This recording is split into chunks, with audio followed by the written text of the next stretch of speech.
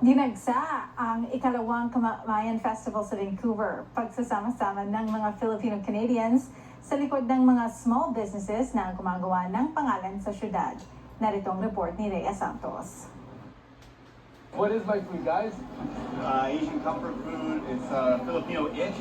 Yes, Filipino-ish. We do Filipino food, Vancouver-inspired. Adobo chicken wings at inihaw na liempo. Ilan lamang sa mga inihain sa ikalawang taon ng Kamayan Festival. Patok din ang adobo at sisig sliders na nasa ube pandesal. This is all about giving back to the culture, Filipino culture in general. Very cool atmosphere to be out here.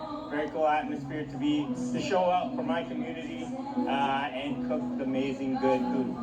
Naganap linggo ang Kamayan Fest, pagdiriwang ng kulturang Pilipino na naiiba raw sa ibang festivals. Kamayan Fest, it really does celebrate the young and immigrant culture of Filipinos. Most of us that organize it, we're second generation, not super traditional, and it's just a revival of us owning our heritage and sharing it and kind of giving it a twist. This is one of our favorite collabs ever. Beta 5 ice cream sandos, corn and cheese ice cream, Hawker's Cheesies, which is Canadian. We got a beautiful ube cookie right on the outside. Super nice. It's just amazing to see that more people want us to be out there, not just the chef, the artists, b-boys, DJs, singers, and it's just amazing.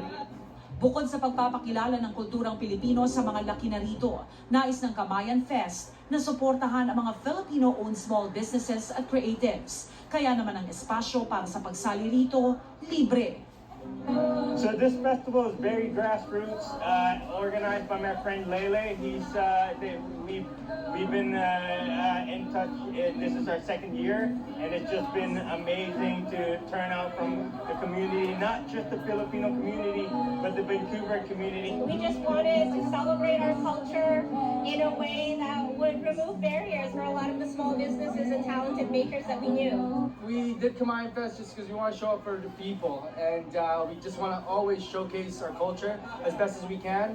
And you know, the cuisine that we do is gateway cuisine, gateway Filipino cuisine. As long as it's bringing attention to our culture, we all win. Rhea Santos, Omni News, Vancouver.